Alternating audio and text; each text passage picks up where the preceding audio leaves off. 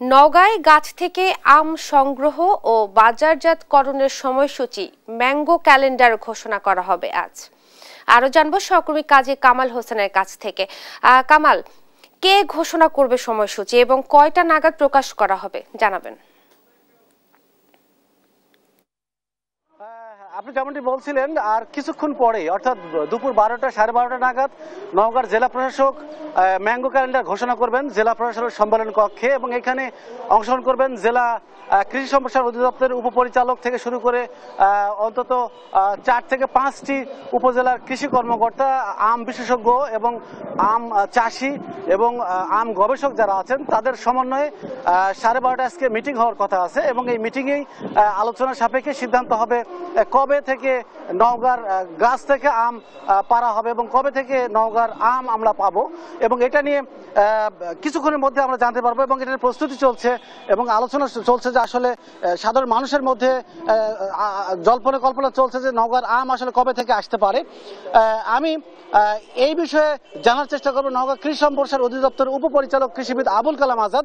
আমি তার কাছে জানতে চাইবো যে আসলে এই ম্যাঙ্গো ক্যালেন্ডারটা আসলে কি এবং কবে নাগাদ আমরা পেতে পারি। ধন্যবাদ।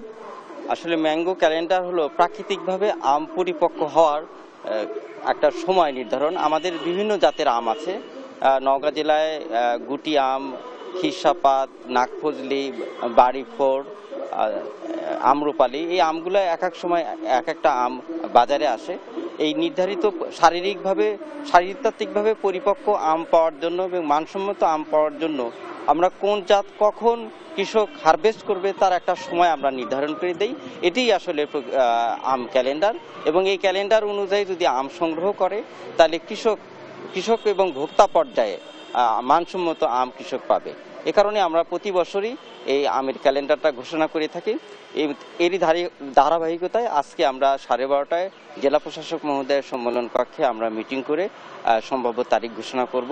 সাধারণত নওগাঁ জেলার আম মে মাসের 3য় সপ্তাহ থেকে আমরা গুটি আম সংগ্রহের মাধ্যমে আমরা আমের এই ক্যালেন্ডার ঘোষণা করে থাকি, আজকে যেটা সম্ভব হবে আর